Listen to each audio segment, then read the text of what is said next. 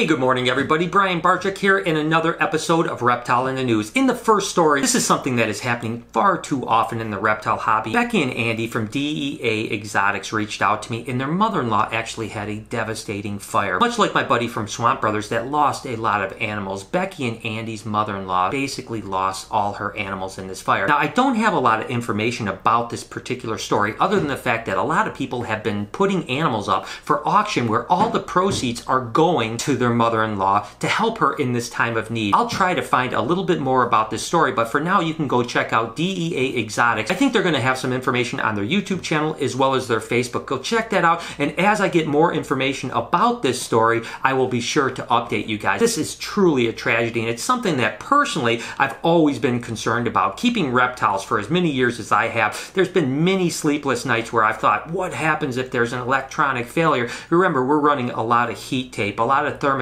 a lot of electronics, and if something goes wrong, these kinds of tragedies happen far too often. Going back many years ago to Robin and Chad from Pro Exotics, that was the first major fire in the hobby that lost thousands of animals. So my hopes is that as technology gets better, we're doing things more safely. I mean, one of the things that we continue to try to do is make sure that we have every fail-safe so that if anything ever fails, there certainly won't be a devastating fire that these people suffered. So my heart goes out to you, my thoughts and prayers are with you, and again, I'll update you guys on this story as I get more information. And as always, I'm going to go ahead and leave it to you guys and see what you think about this. How can we prevent this? And are you interested in trying to help these people out or helping my friend Robbie out that lost all those animals in that tragedy? Again, I'll put all the links in the description as I get more information. For this next story, it's a little bit more of a feel-good story. Actually, the Reptile Super Show out in Pomona had its latest edition here the last weekend, and it was an absolute success. As a matter of fact, I talked to Rami, the promoter, and he said it was the best show that they had ever done. Now, I tell you what, the Super Show has been gaining a tremendous amount of momentum and is really the largest show in the country. They put on two shows a year, one in August and one in January, and January is hands down the largest reptile show in the country, not only as far as booths, size, but also attendance. So it is an absolutely great show, and I was so pleased to see that Rami actually sent us a bunch of pictures of how successful the August show, again, being their biggest show ever. I think that that's a testament to what's happening in the reptile hobby. It's a growing hobby right now, and we're on an uptick, and I think that the fact that the West Coast shows are really taking on is pretty amazing. But I want to know from you guys, what's your favorite reptile show? Tinley in October has certainly been the reigning champ for a long time. Daytona in Orlando was certainly a great show. There used to be shows at the Mid-Atlantic that was amazing, but I want to know from you guys, what is the best show, or what show do you want to go to check out some awesome reptiles? Definitely keep an eye on Pomona because it is certainly an up-and-coming show that probably is going to wear the crown for the best show in the country for a long time to come. Now, this next story we hear all the time, and it just is one that I think is just absolutely ludicrous. At least once every few years we hear of this type of situation where a pastor of a snake handling church gets bitten,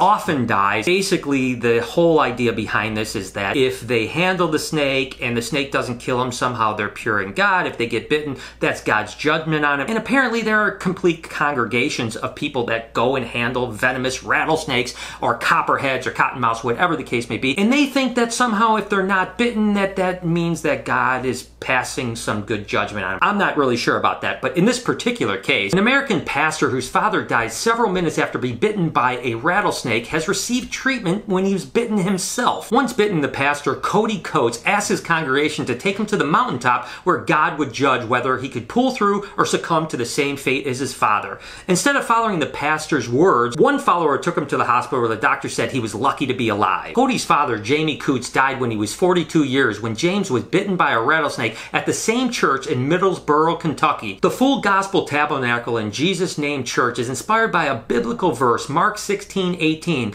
They will pick up serpents, and if they drink any deadly poison, it will not hurt them. The pastor here in this picture obviously had blood all over his shirt after he was bitten by a snake, where one of his congregation is reluctantly taking him off to the hospital. Thankfully, in this case, Cody survived the thing, but apparently at these congregations, they actually will lay hands on the sick, pray for people, and then ultimately pick up deadly snakes and pass them around the congregation. The idea is if they don't get bit, or if they do get bit and don't die, somehow God has passed positive judgment down on them. Again, I don't know how in the world anyone thinks that that's a possibility would be good. I mean, I would like to leave it to you guys. My opinion is it's absolutely ridiculous, and every person that does die isn't doing any justice for anybody in this case. Not only does it make some religious people look terrible, it also really puts the animals in a bad position if you ask me. I'd like to know from you guys. I mean, where do you stand on this? Is snake handling churches something that people should do? Should somehow the government get involved and outlaw them, or is that overreaching? I'm not 100% sure. I just know that more people are going to die if they continue on this kind of silly practice. Let's face it, free handling any venomous snake is not going to have a positive outcome, and it undoubtedly is going to end up with people getting bitten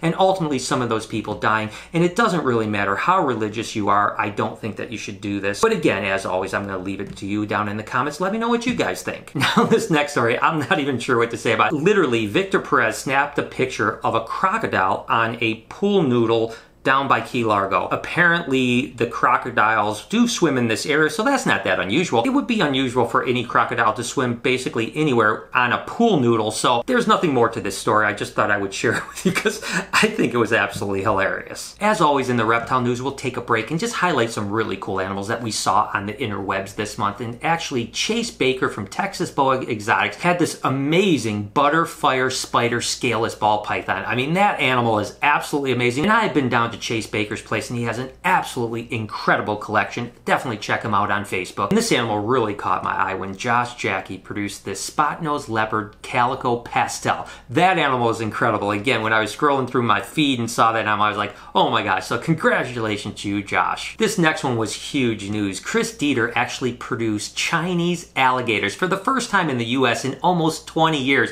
This is a critically endangered crocodilian, and it's part of the SSP program, which is a species survival program. So congratulations, Chris. I hope this is kind of the first of many Chinese alligators that you and everyone else produces in the US to help save this absolutely incredible crocodilian. And finally, Raphael Villan produced this absolutely amazing Honduran milk snake. I mean, what color and pattern on this? Congratulations, and I hope that you guys enjoyed this little segment. Before we get back into the news, go down in the comments and let me know if you see something that you think we should highlight in next week's episode. And in the final news story, this is a sad one to me. Alex, the Aldabra tortoise, actually passed away from the National Zoo. This animal had been on display since 1956 and was thought to be over 30 years when they actually acquired the animal, meaning that he was probably about 100 years old. Back a couple months ago, they started to notice that Alex was not moving around as much, was a lot more lethargic, wasn't interested in food, and after some veterinarian exams, they realized that there was some fluid buildup around Alex's heart. They drained that fluid in hopes to actually bring back his health, but unfortunately continued to deteriorate, and they made the decision to go ahead and euthanize him. In a zoo statement, they said for 62 years, Alex served as an ambassador for a species. Generations of zoo visitors, keepers, and scientists have been able to learn about Aldabra tortoise socialization,